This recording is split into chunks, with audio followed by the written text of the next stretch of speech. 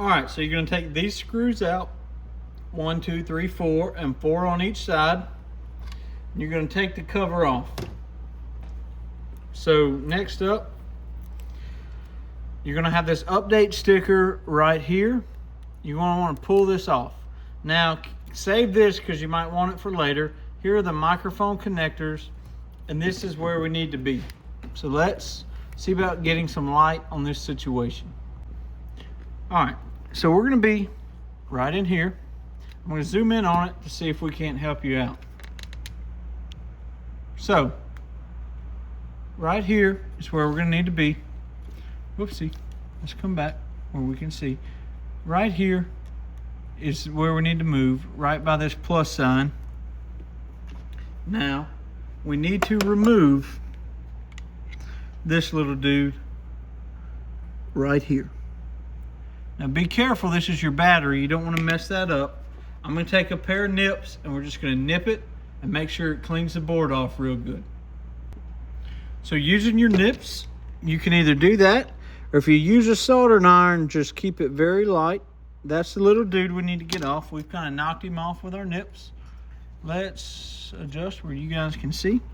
So right here. Oh, I just lost him. Dadgummit. Somewhere in the radio. Okay. So we'll have to look for that in just a second. But first, now you can see we have 2 clean points right there. No solder needed. But if for some reason you want to use a soldering iron, you feel more comfortable with it, just fine tip, touch it, let it heat up, and then take a pair of tweezers or a small screwdriver, just give it a little pressure and it slides right out the way. Once we get that done, we're gonna put our update sticker back on in case you wanna update it. Make sure this is on there good and firm. And then we're gonna go back together with it. So hook your speakers up in the little socket where it goes.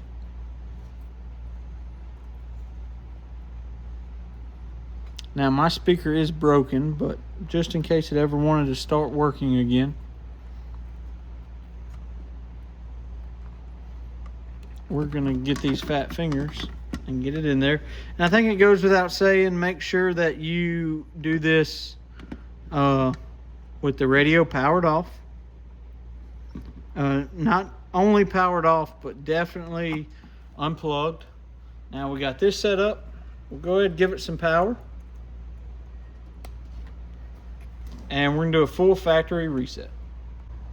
All right, so to do the reset, we're gonna go to display, reset clone, factory reset, factory reset. That's what we want. Okay, factory reset.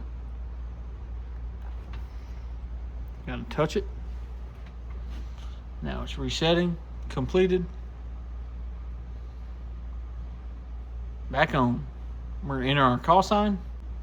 All right, we finally got it going. It's doing this little thing over here in FM. We don't want that. We want it to be FM only. All right, so we know we've got, let's make sure we transmitting still. Yep, still transmitting.